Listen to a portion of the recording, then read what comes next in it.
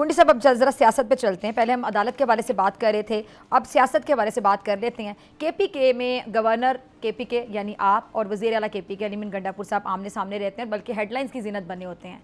हर रोज़ channels पे कोई ना कोई बात आपकी तरफ से उनकी तरफ से ऐसी आ जाती है और इधर से ईंट मारी जाती है, ईंट का जवाब पत्थर से दिया जाता है, फिर वो हेडलाइन की ज़िंदगी बनती है। और हेडलाइन किसी भी चैनल में जब चलती है तो अहम तरीन खबर होती है, तभी उसको हेडलाइन का हिस्सा बनाया जाता है। तो ये क्या चल रहा होता है? ये ज़्यादा कसूर उनका होता है, आपका होता है? क्योंकि पहले आप बड़ा हाथ हल्का रखते थे, अब मैंने देखा कि आप भी कमर कस ली आपने, आप भी कहते हैं कि ज़रा हमारे ईंट में पत्थर पकड़ के बैठा हूँ साथ।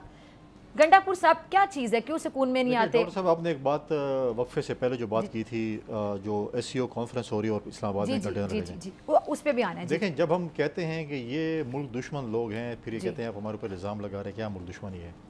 आपने बात की 2014 में धरने की, चाइना प्रेसिडेंट आ रहा था, इन्होंने क्या किया उस वक्त? क्या तमाशे किए? उन्होंने पाकिस्तान की बात नहीं की, उन्होंने कहा पाकिस्तान की इसको जो है इस पूरे जो विजिट है सबोताज करें।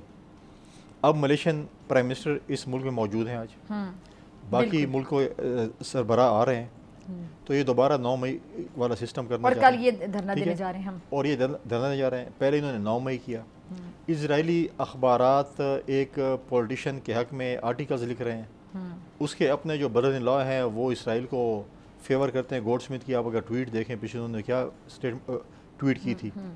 तो हम जब कहते हैं मुल्क दुश्मन एजेंडे पे, और मौलाना फजल रहमान साहब जब कहते थे, पता नहीं आजकल क्या कहते हैं, पहले तो कहते थे कि यहूदी एजेंट हैं, यहूदी के जो है वो इमा पर काम कर रहे हैं, मुल्क दुश्मनी कर रहे हैं, तो ये मुल्क दुश्मनी नहीं है आज। मैं बताती हूँ ना क्या कहते हैं। इनकी पार्टी से कोई हमारे साथ मौजूद था, मैं भूल गई कौन थे, शायद असलम साहब थे मेरे ख्याल से, असलम आगा साहब शायद हमारे साथ मौजूद थे, या कामरान मुर्तज़ा थे, असलम गौरी साहब थे, कोई मेरे साथ मौजूद था। और मैंने उनसे ये सवाल पूछा तो उन्होंने कहा कि अभी ना हम बैठ के बात कर रहे हैं, कुछ चीज़ें जो मैं नहीं बता सकता आपको, वो ऑफ द रिकॉर्ड हैं, कि हम इस मतलब पार्टी के साथ किस हद तक बेहतरी ला सकते हैं, क्योंकि वो तो चाह रहे हैं ना पीछे वाले साथ खड़े हो जाएं।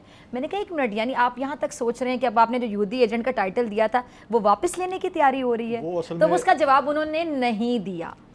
यानी इतनी बर्फ अब पिघल चुकी है कि मौलाना साहब के साथ तो ये खड़े होने के लिए तैयार है ना पीछे वाले, अब वो डीजल नहीं रहे इनके मुताबिक, अब वो तो शायद ये भी यहूदी एजेंट उनके मुताबिक नहीं रहेंगे। तो वो कोई फतवा ढूंढ रहे हैं ना किसी किताब में, कौन सा फतवा लग सकता है कि यहूदियों को मुसलमान करा दे दें? ये मौलाना फजल साहब ढूंढ रहे हैं आपके मुताबिक, मेरे ख्याल में। क्योंकि अब क्या बोलेंगे उनको? अब तो उन्होंने उनको सिरात मुस्तकीम पर लगा दिया है। मौलाना साहब के पीछे नमाज़ी भी पढ़ते हैं, मौलाना साहब के दरबार में भी उनके पाँव पड़े हैं, इस वक्त सियासी मसीहा। तो सर आपके पाँव में कोई पड़ा हो तो फिर आप भी तो कुछ ना कुछ नजर करम करते हैं ना। देखिए अब तो उनका अब वो जारी उनके पाँव में पड़े हैं, तो वो भी सॉफ्ट कॉर्नर कहीं ना कहीं लेकर आएंगे। अब इनका जो सियासी मसीहा है PTI का, वो मौलाना फजल रहमान और महमूद अजगज़ई है।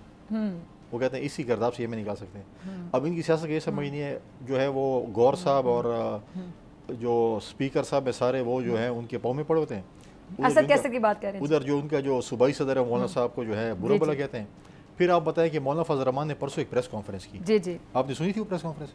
जी, उसमें कहा था कि खैबर मुख्तार में मेरे हक पे डाका डाला गया जी, तो माल गनीमत तो पहले वापस कर दें जो इन्होंने लूटा है, जिसकी वजह से बड़ा इल्जाम लगा रहे हैं। वैसे मौलाना साहब ने नहीं कहा, ये कहा है ना, तो मौलाना साहब ने कहा तो लूटा है उनका माल।